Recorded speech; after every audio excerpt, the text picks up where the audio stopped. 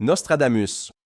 Au 16e siècle, il composa des centaines de quatrains énigmatiques, toujours dans un langage codé, foisonnant de métaphores et d'ambiguïtés calculées. Rien de direct, rien d'évident, comme s'il savait que s'il était trop clair, ses textes seraient censurés ou détruits.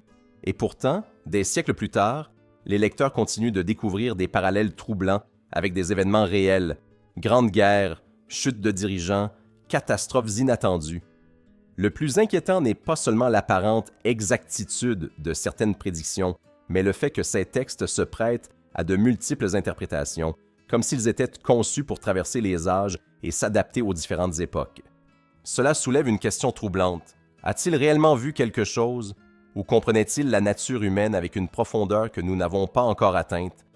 Et le détail le plus troublant demeure, une grande partie de ces prophéties n'a pas encore été pleinement interprétée, ce qui laisse toujours l'impression que l'événement suivant est peut-être déjà là, caché, attendant d'être reconnu trop tard. Conde de Saint-Germain. Des rapports le concernant ont circulé devant divers tribunaux européens pendant des décennies, le décrivant toujours avec la même apparence, la même posture et le même niveau de connaissance étonnant. Il parlait plusieurs langues avec une parfaite aisance et maîtrisait la musique, les sciences et l'histoire, avec des détails qui surprenaient même les experts de l'époque. On ne l'a jamais vu manger en public. Sa famille était inconnue et ses origines restaient floues, voire contradictoires. Certains nobles prétendaient qu'il évoquait des événements historiques comme s'il y avait assisté des siècles auparavant. Le plus étrange, c'est que, même après la proclamation officielle de son décès, de nouveaux témoignages ont fait état de rencontres avec un individu identique, portant le même nom et se comportant de la même manière. Cela défie toute logique.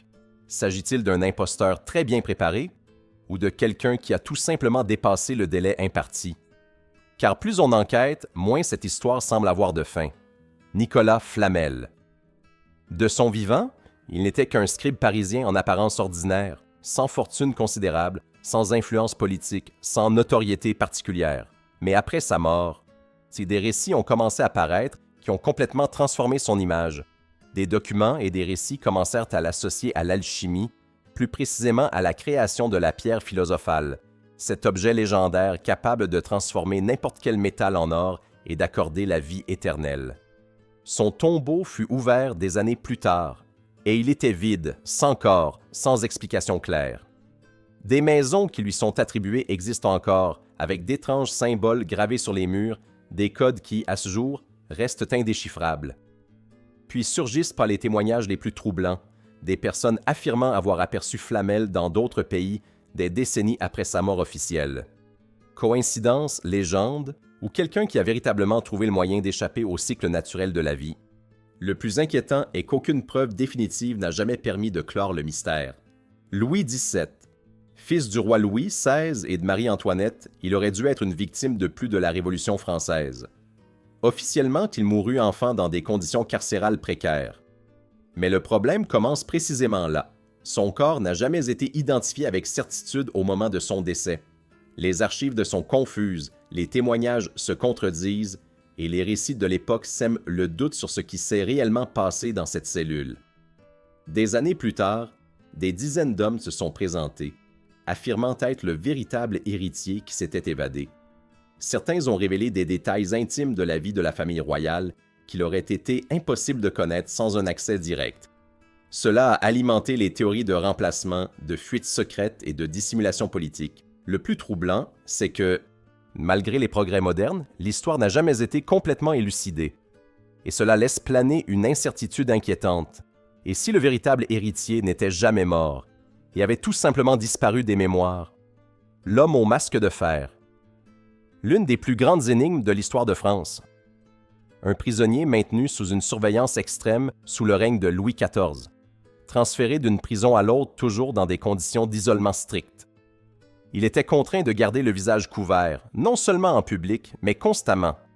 Les gardes avaient reçu des ordres clairs, ne pas lui parler, ne pas l'interroger, ne pas le regarder directement. Les documents relatifs à son identité furent altérés, omis ou tout simplement effacés.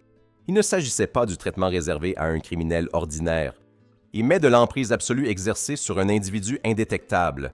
Les théories divergent. Le frère jumeau du roi, un noble détenant des informations compromettantes, ou encore une personne impliquée dans un secret susceptible d'ébranler tout le pouvoir en place.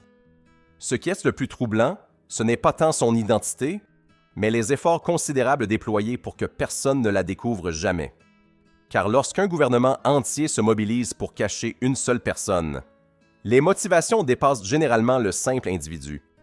Jeanne d'Arc, une jeune paysanne sans formation militaire, sans influence politique, sans poste de pouvoir, se met soudain à affirmer entendre des voix qui, selon elle, provenaient d'entités divines. Dans un contexte où la religion dominait, cela pourrait paraître banal, mais la suite est incompréhensible.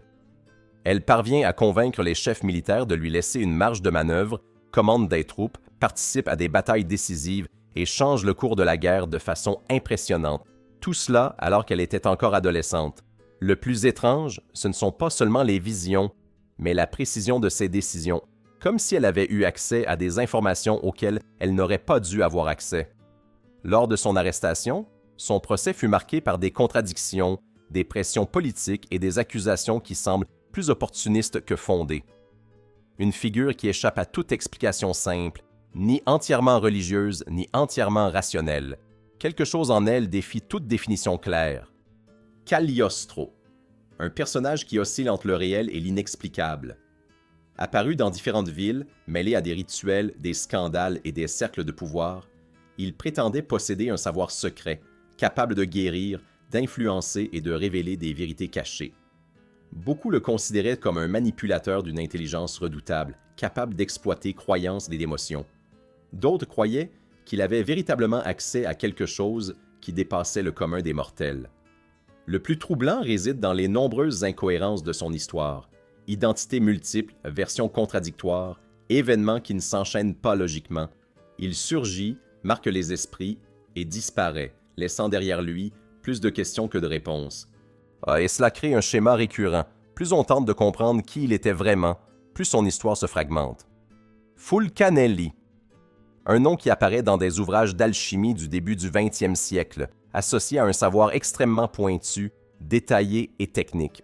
Ses écrits témoignent d'une compréhension profonde des symboles, de l'architecture et des processus chimiques, bien au-delà des attentes de l'époque. Certains pensent qu'il a déchiffré des codes dissimulés dans les cathédrales françaises, des messages cachés laissés par les générations précédentes. Mais le plus grand mystère ne réside pas dans le contenu, mais dans son identité. Personne ne sait qui était Fulcanelli. Il n'existe aucun document clair, aucune confirmation de son existence, aucune trace concrète. Et puis, tout simplement, il disparaît, sans explication, sans conclusion. Cela soulève une question troublante.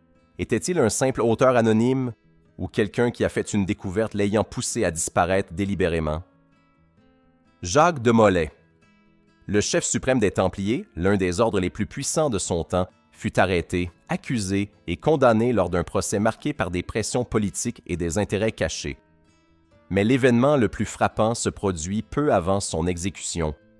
Il aurait proféré une malédiction contre le roi et le pape responsables de sa condamnation. Et puis, chose étrange, tous deux meurent peu après, de manière inattendue. Une coïncidence peut expliquer un événement, mais pas une séquence aussi précise. La fin des Templiers a toujours été entourée de mystères. S'agissait-il d'une véritable persécution ou d'une tentative de dissimuler quelque chose de plus important?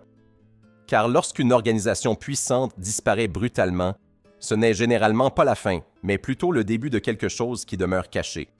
Gilles de Rais noble, influent et respecté, héros de guerre aux côtés de Jeanne d'Arc. Il se retrouve soudainement au cœur de l'une des affaires les plus sombres de l'histoire. Accusé de crimes extrêmement troublants, il est jugé à la hâte lors d'un procès entaché d'irrégularités, d'aveux extorqués et de témoignages douteux. Cela divise complètement les interprétations. Certains pensent qu'il était coupable de tout ce dont on l'accusait. D'autres soutiennent qu'il a été victime d'un assassinat stratégique, une personne trop puissante dont la richesse et l'influence servaient les intérêts d'autrui. Ce qui est le plus troublant, ce n'est pas tant l'affaire elle-même, mais le manque total de clarté. Car lorsqu'une histoire aussi grave se termine sans certitude absolue, le doute ne disparaît jamais, il ne fait que croître. Si vous êtes arrivé jusqu'ici, vous avez déjà compris que certains mystères n'étaient pas faits pour être résolus, mais plutôt pour rester cachés. Si ce type de contenu vous captive, N'hésitez pas à laisser un « j'aime ». Cela aide vraiment la chaîne à continuer de proposer des histoires comme celle-ci. Dites-nous en commentaire laquelle de ces affaires vous a laissé le plus de questions, ou laquelle, selon vous, cache quelque chose qui n'a pas encore été révélé.